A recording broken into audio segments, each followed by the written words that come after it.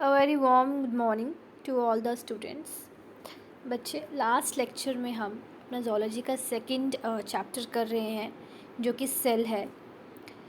आज हम bacterial cell मतलब प्रोकैरियोटिक सेल के बारे में पढ़ने जा रहे हैं. बैक्टीरियल सेल के बाहर एक जो सबसे पहली लेयर रहती है वो आपकी स्लाइम लेयर है जो कि जेलेटिनस सब्सटेंस से बनी हुई है. ठीक है, प्रोटोप्लास्ट सिक्रिएट करता है जेलेटिनस सब्सटेंस और सेल वॉल के बिल्कुल सराउंडिंग्स में वो डिपॉजिट हो जाती है एक लूज़ जेलेटिनस शीट की फॉर्म में. उसे हम स्लाइम लेयर भी कहते हैं, आप ग्लाइकोलेक्स भी कह सकते हैं इसे. बेसिकली ये पॉलीसेकेराइड्स की बनी होती है और जैसे कुछ केसेस में बैक्टीरिया जो वायरलेंट बैक्टीरियाज होते हैं, अटैकिंग बैक्टीरियाज होते हैं, जो पैथोजेंस होते हैं, डिजीज़ कॉज करते हैं, उनमें क्या होता है कि कुछ नाइट्रोजनस सब्सटेंसेस जैसे कि अमीनो एसिड्स वो भी पॉलीसेकेराइड्स की एडिशन में आ जाते हैं और स्लाइम लेयर को बिल्कुल थिक बना देते हैं जो कि कैप्सूल कहलाती है. यही कैप्सूल उन्हें पैरासिटिक फॉर्म उनकी लेकर आता है और उन्हें प्रोटेक्शन प्रोवाइड करता है फैगोसाइटोसिस से. ठीक है, और एंटीबॉडीज़ से. जो भी बैक्टीरिया जहाँ पे एक्ट कर रहे हैं अगर वो डिजीज़ ह्यूमंस में कॉज कर रहे हैं तो एंटीबॉडीज़ के ख़िलाफ़ उन्हें लड़ने की क्षमता प्रोवाइड करेंगे और उन्हें डेसिकेशन ड्राइनेस से बचाते हैं.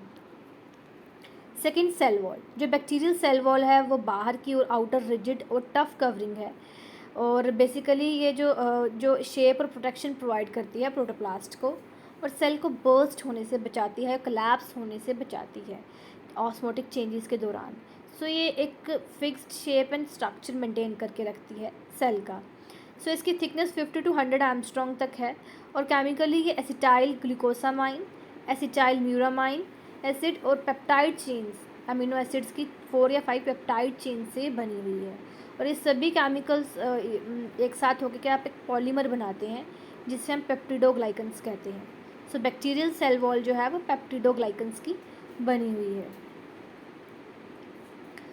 कुछ बाकी सब्सटेंसेस भी सेल वॉल के ऊपर डिपॉजिट हो जाते हैं जैसे कि teichoic acid, protein polysaccharides, lipoproteins, lipopolysaccharides. Gram positive bacteria में क्या होता है कि जो सेल वॉल होती है वो काफ़ी थिक होती है और उसमें लेस लिपिड्स होते हैं और ग्राम नेगेटिव में क्या होगा, लिपिड्स ज़्यादा होंगे बट जो सेल वॉल है वो थिन रहेगी. Plasma membrane. ठीक है, प्लाज्मा मेम्ब्रेन और सेल मेम्ब्रेन जो होती है ये इंटरनल होती है सेल वॉल के और ये थिन है, इलास्टिक है और सेलेक्टिवली परमेबल मेम्ब्रेन है जो कुछ सेलेक्टिव सब्सटेंसेस को, केमिकल्स को, सॉल्यूट्स को अंदर आने और बाहर जाने की अनुमति देती है. ठीक है, ये लार्ज कंपाउंड से बनी हुई है like phospholipids, proteins, some amounts of polysaccharides. बस इसमें स्टीरॉल्स नहीं होते. प्लाज्मा मेम्ब्रेन जो होती है बैक्टीरिया को वो एक साइट प्रोवाइड करती है एनाबॉलिक और कैटाबॉलिक पाथवेज के लिए. ठीक है, इसमें रेस्पिरेटरी एंजाइम्स भी रहती हैं जो कि इसकी इनर सरफेस से बाउंड रहती हैं.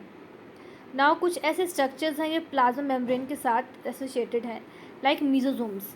इस सेल की अंदर इंटरनल फोल्डिंग हो जाती है, प्लाज्मा मेम्ब्रेन की अंदर इंटरनल फोल्डिंग हो जाएगी, उससे मीजोजोम्स फॉर्म होंगे. ये फिंगर लाइक भी हो सकते हैं, स्फेरिकल भी हो सकते हैं और विलाय फॉर्म भी हो सकते हैं जो कि कंपार्टमेंटलाइजेशन में हेल्प करते हैं. और जो मीजोजोम होते हैं ये बेसिकली सेप्टा की फॉर्मेशन, जब सेल डिवीजन होती है तो उसमें सेप्टा फॉर्म मीजोजोम्स ही करते हैं और इंट्रासेलुलर सब्सटेंसेस की सिक्रेशन में हेल्प करते हैं from inside to outside. Flagella. Flagella long thread like structures. Flagella जो है वो लॉन्ग थ्रेड लाइक स्ट्रक्चर्स हैं जो कि बैक्टीरियल सेल्स की मोटिलिटी से कंसर्न है, लोकोमोशन के लिए कंसर्न है. अगर उन्हें कहीं भी जाना होगा खाने के लिए या उनको मूव करना होगा तो फ्लैजिला के थ्रू मूव करते हैं. It measures about 4 to 5 nanometre in length and 12 to 15 nanometre in diameter. और एक फ्लैजिलम जो है वो कुछ आइडेंटिकल सब यूनिट से बना होता है जिन्हें हम फ्लैजिलिया कहते हैं और ये कुछ स्पेशल प्रोटीन मॉलिक्यूल्स हैं जो कि हेलिकली अरेंज्ड होते हैं. ठीक है, एक्सिस के ऊपर, ताकि हॉलो ट्यूब लाइक स्ट्रक्चर मिल सके. Now pili. Extremely minute non flagellar hair like structures हैं और ये 0.5 to 2 नैनोमीटर लेंथ में और 3 to 5 नैनोमीटर इन डायमीटर इनकी मेजरमेंट है. ये प्रोटीन सब यूनिट्स के बने हुए हैं जिन्हें पिलिन कहते हैं और ये भी हेलिकली अरेंज्ड हैं सेंट्रल हॉलो कोर से और ये अटैचमेंट में हेल्प करते हैं बैक्टीरियल सेल्स की. फॉर एग्जांपल बैक्टीरियाज को अगर रॉक्स पे अटैच्ड होना है, स्टोन्स पे होना है या समटाइम्स ह्यूमन की बॉडी में उनको अटैक करते हैं, जब वो लाइक बैक्टीरिया अगर दांतों में अटैक करता है, दांतों के साथ अटैच होना है, पिलाई ही उन्हें हेल्प करते हैं.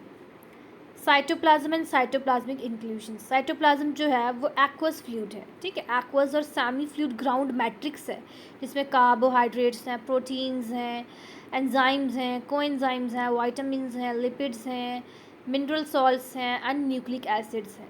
साइटोप्लाज्म बेसिकली ग्रैन्युलर है क्योंकि बहुत सारे राइबोसोम्स उसमें प्रेजेंट है ना, ग्रैन्यूल्स के फॉर्म में, दानेदार है। और जो कि एक सिंगली या स्मॉल ग्रुप्स में भी हो सकते हैं। अगर वो स्मॉल ग्रुप्स में है तो उन्हें पॉली राइबोसोम्स कहेंगे। बैक्टीरियाज के जो राइबोसोम्स होते हैं वो काफ़ी स्मॉल होते हैं, 70s यूनिट्स के होते हैं। और यूकैरियोटिक के थोड़े बड़े होते हैं, वो 80s यूनिट्स के होते हैं। और जितनी भी मेम्ब्रेनस ऑर्गेनेल्स हैं जैसे mitochondria, endoplasmic reticulum, Golgi bodies, lysosomes, vacuoles, ये सब एब्सेंट होते हैं, ठीक है। Now we are with the nucleoid, nuclear body और बैक्टीरियल क्रोमोसोम, ठीक है। ट्रू न्यूक्लियस इनमें एब्सेंट होता है बैक्टीरियल सेल्स में। न्यूक्लियर मटेरियल जो होता है वो ऐसे स्कैटर्ड होता है, कोई न्यूक्लियर मेम्ब्रेन नहीं होगी, न्यूक्लियर पोर नहीं है, न्यूक्लियर मतलब ऐसे ही स्कैटर्ड होगा। डीएनए भी नेक डीएनए होगा और उसे हम न्यूक्लियोइड या बैक्टीरियल क्रोमोसोम कहते हैं।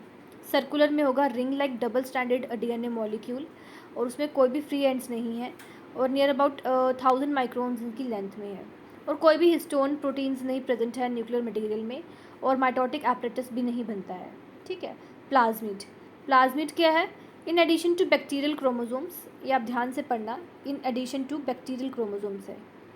मैनी बैक्टीरिया जैसे कि E coli, E coli is a gram negative bacteria, इनके पास कुछ एसेसरी रिंग्स होती हैं डीएनए के, सर्कुलर डीएनए होगा, ठीक है, डीएनए बैक्टीरियल क्रोमोसोम के बाहर, उन्हें हम प्लाज्मिड्स कहेंगे।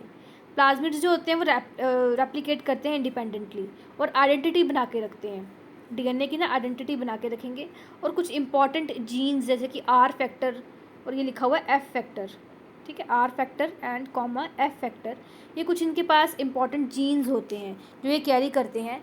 और एक तरह से वायरुलेंट या बैक्टीरिया को जैसे बैड बैक्टीरिया बनाना या बैक्टीरिया जैसे अटैक करता है, ये बेसिकली प्लाज्मिड ही बनाता है, ठीक है। ये इंडिपेंडेंटली रेप्लिकेट करता है, आइडेंटिटी को मेंटेन करके रखेगा।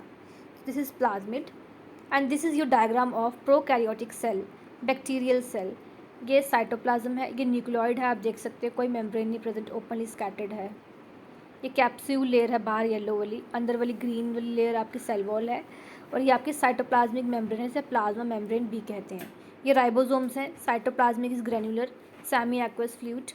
ये पिलाए हैं जो अटैचमेंट्स में हेल्प करते हैं and this is your flagella, long flagella and cytoplasm and nucleoid. So this is your structure of prokaryotic cells. आज इतना ही रखते हैं। So next we will start with the eukaryotic cells. Thank you students and God bless you all.